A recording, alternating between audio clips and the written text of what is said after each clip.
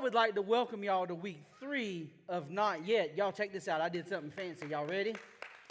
The big idea for this week is, I worked. God's plans for you are good. So, when we make plans, it takes a lot of effort, right? So, who said no? So, I have a question. What kind of planner are you? Someone give me an idea of how much. I'm going to ask Bree. Bree, what kind of planner are you? What kind of planner are you, Bree? One in the making. All right. So I need y'all to raise your hands for me. I'm going to ask you these questions because some of us plan more than others. So when it comes to your future, how much of a planner are you? Are you the kind of person that has no idea what you're doing 10 seconds from now? Okay, a majority of us. What about, I might have a plan for the weekend? Adults, I'm asking y'all to participate too. All right, so some of y'all, so how much of y'all are planners like, I think I know what I'm going to do? Okay, some of y'all. Bree's multiple. So I plan often. Okay. I have every single detail planned. That's me. All right, that's some of the adults here too. That drives my wife bananas. So I want to tell you guys a story. I want you to think of your story because in your small groups you might be able to tell a story, all right? So I want to tell you a story of a time I planned something but it didn't go well.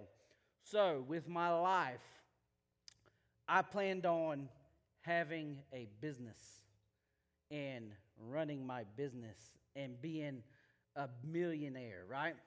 So it did not go very well. There were times when I was trying to execute my plan and we barely had food to eat. My wife and I, we were fussing all the time. We were stressed out and it just ended.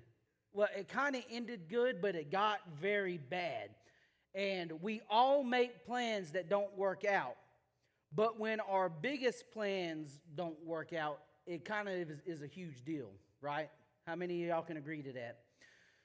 So, not only when we're wondering about our future, do we kind of freak out. At least for me, when I ask what God's plan is for my future, it freaks me out, right?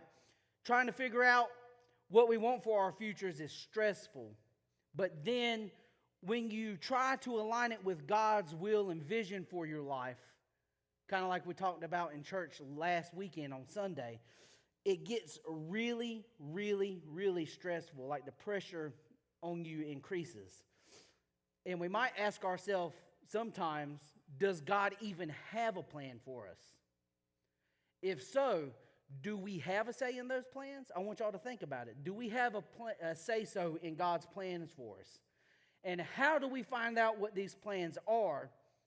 And the biggest question is, what if God's plan doesn't fit our plan?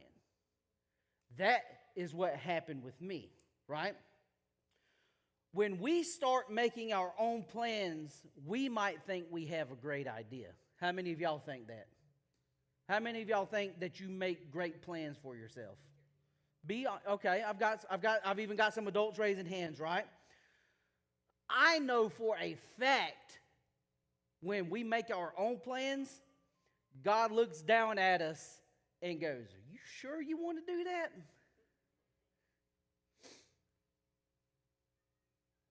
That really kicks me in my pants. But let me ask you this. How many times do we look at God and ask the same thing? God gives us a plan, and we ask God, do I really want to do that? All right? So, who has your Bibles? You got your phone Bibles? All right, break your phone Bibles out. If you don't have your Bibles, I actually took the time this week to put it on the screen for you. Psalms 40, verses 1 through 5. Okay? And what this is this is a song from David. All right? He was experiencing something in his life, and we don't know what it is, but I want to go through this, and I want y'all to see what you can pull from it. It says, I waited patiently for the Lord. He inclined to me and heard my cry. He drew me up from the pit of destruction, out of the miry bog, and set my feet upon a rock, making my steps secure. He put a new song in my mouth, a song of praise to our God. Many will see and fear and put their trust in the Lord.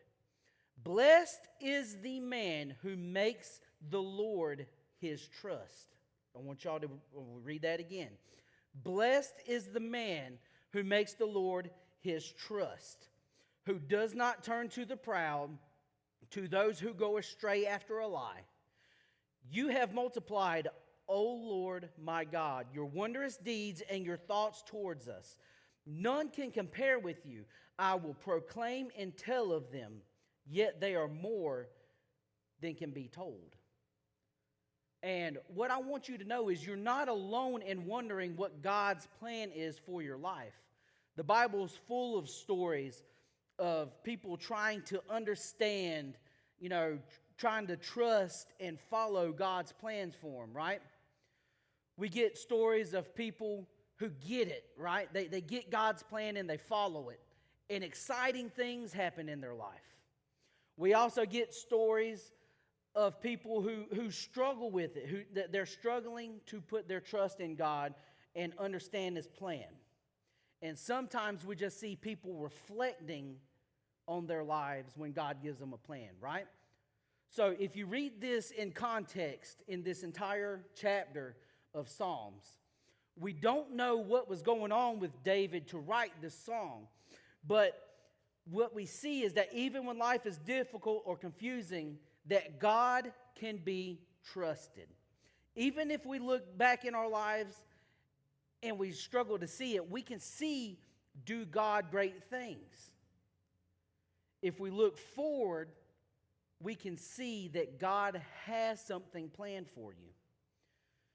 David, he doesn't say he knows what God's plan is exactly. I mean, you can read through there. There never once says, God, I know this is what your plan is. And that's okay, because that happens to us too. Remembering how good God was to him in the past, he knew that in the future he could trust God, even though he didn't know what it beheld, right? So, I want us to turn in our Bibles to Matthew 16. And we are actually going to read this, all right? Matthew 16, verses 13 through 23. What we're going to see is Jesus tells Peter about his plans for him. He tells him exactly what he's going to do, right?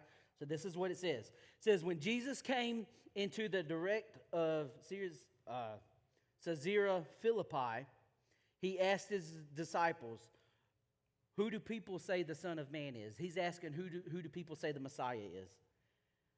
And they said, some say John the Baptist, others say Elijah, and others say Jeremiah or one of them the prophets. But he asked them, he said, who do you say that I am? So Simon Peter replied, you are the Christ, the Son of the living God. Right? So that's what he told Jesus. And Jesus answered him, blessed are you, Simon, for flesh and blood has not revealed this to you, but my Father who is in heaven. And I tell you, you are Peter, and on this rock I will build my church, and the gates of hell shall not prevail against it. I will give you the keys of the kingdom of heaven, and whatever you bind on earth shall be bound in heaven, and whatever you loose on earth shall be loosed in heaven. So what we see is that Jesus told Peter he would use them to grow the church. Now, I don't know how Peter reacted because it doesn't say, but I can guarantee you he was probably happy and nervous. Could you imagine Jesus coming up to you and telling you, you were going to build my church? Would that freak y'all out? It would freak me out, right? So, but he probably could have been excited. Now, what we're going to do is we're going to continue to read, because past this, Jesus flips the script on them. We're going to pick up in verse 20. It says, "Then he strictly charged his disciples to tell no one that he was the Christ.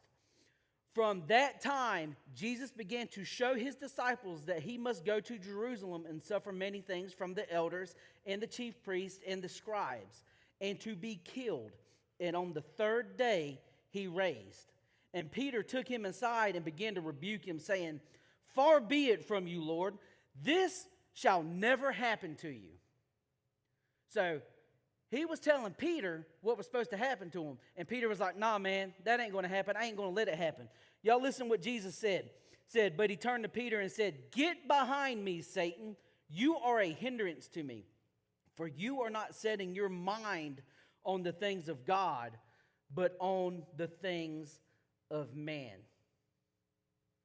Now I want y'all to think about that, because he gave Peter a part of God's plan that wasn't quite as good sounding as the first one, right?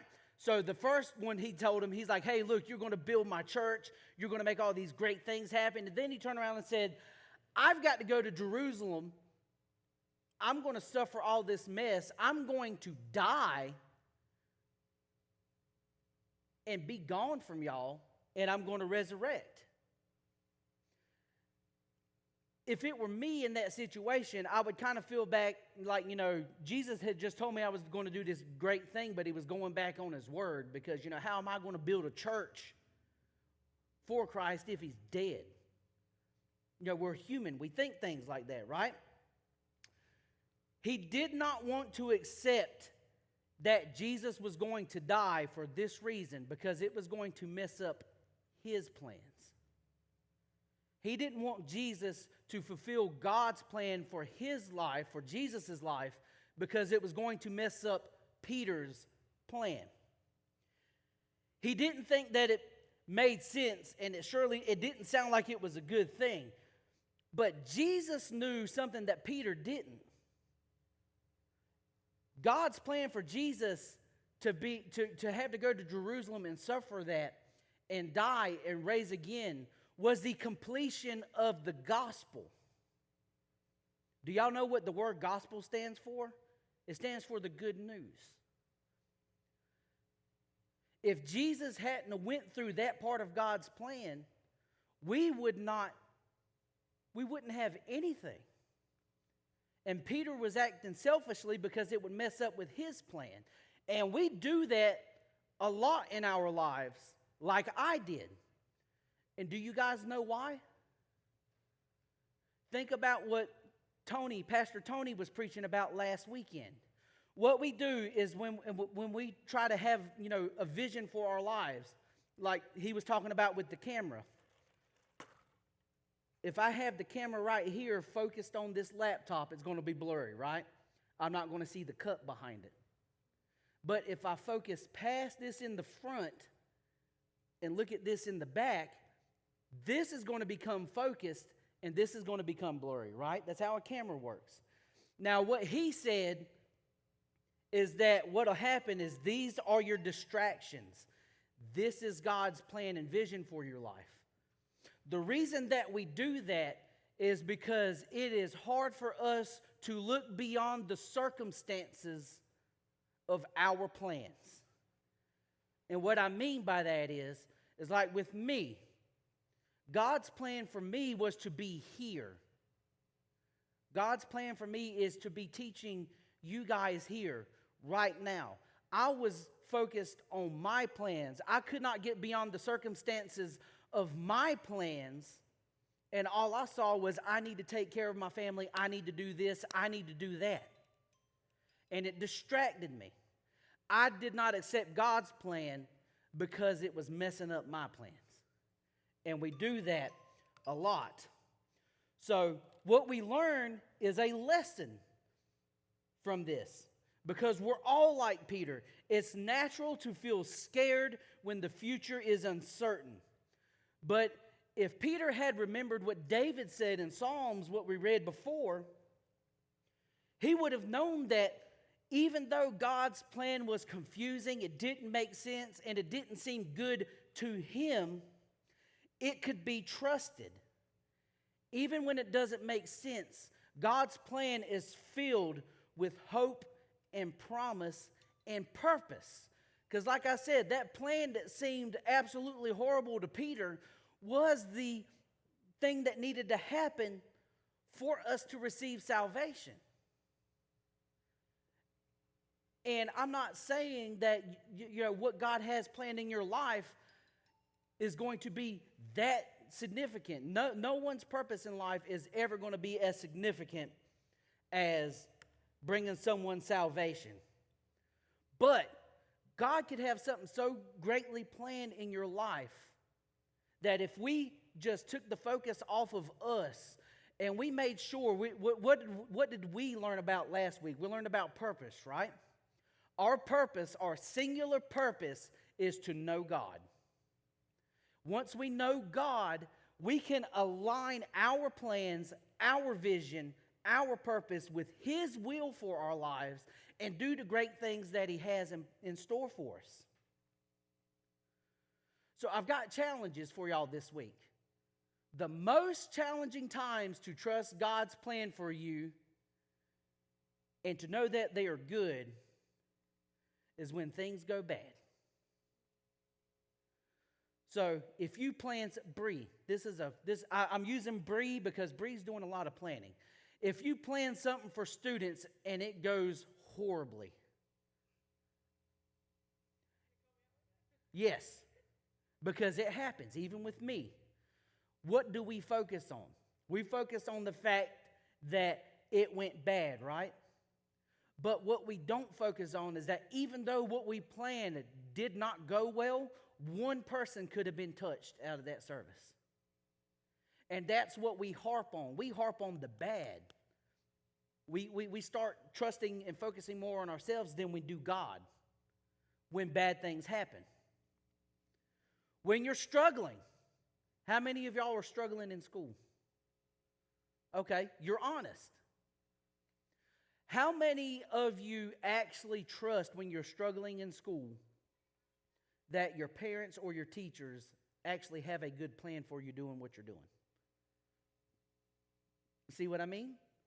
When we're struggling, it's hard, and it's the same thing with God. When our lives are going bad, if our parents are fighting and about to get a divorce, or if we're going through depression, if we're going through questioning our faith, it's hard to trust that God has a plan for us and that it's good. And when it feels like things change quickly, that one is speaking to my wife, because she absolutely hates it when things change super quick. And God can take your life and flip it around like that to put you in His purpose. And when it does that, it's hard to trust that it's good because it's different. It makes us uneasy. So this is my challenge for you. Now, usually I would give you guys handouts, and I tell you, you guys can do this if you want to. This is not one of those things. All right, and this is going for the adults that are in here too. This is something that you have to do, and this is something that I work on myself. I want you to spend 30 minutes a day with God. Remember what David said in Psalms, and I want you to think about questions. Now, y'all may look at me and say, David, 30 minutes is a long time. Let me ask you this. How many of y'all spend about 3 hours on your phones on social media? Yeah, raise your hand. I see you. Raise your hand. Right? How many of you spend 3 hours playing video games? All right, I see more hands going up. How many of y'all spend 3 or 4 hours watching TV? Okay. You know what? I'm going to raise my hand on that one. So, you figure if you sit down and you watch TV for 4 hours, and I'm talking to myself. If I had a mirror, hold on, let me get where's my selfie camera? I'm talking to me too. If you can spend 4 hours watching TV, there's absolutely no excuse that you cannot spend 30 minutes with God a day. And I don't mean that you've got to go put, sheets over your head and be like, oh, dear Lord. No. What you do is you get in a quiet place, you pray, and I want you to think about these questions. What am I wondering, hoping, or fearing about my future? Because we can feel different about God's plan from day to day. That happens. It's normal. Some days it's very easy to trust. Some days it's very difficult to even know if God has a plan for us. But we have to make sure that our plans and our purposes of knowing God are aligned with His. I want you to pay attention to how you feel and write it down in a journal. I'm giving you, this is what we call discipleship.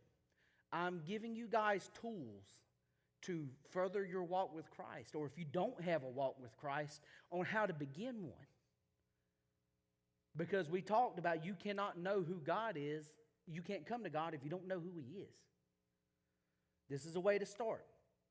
How has God been good to me in the past? Now that we've talked about how God's plan is bigger than our plan, and how sometimes our plans, they seem good, and what God has planned for us may seem bad or difficult. Now that we've talked about looking past that and seeing how it can be good, I want you to reflect on times in your life where you went through something that was tough, that was difficult. And I want you to think about what God was doing for good for you. What was the plan in that time of your life? Write it down. And I want you to think about, why do you trust God with your future? I can't answer that question for you. That's only a question that you can answer. I know Tyzel wants to answer a question because he keeps talking.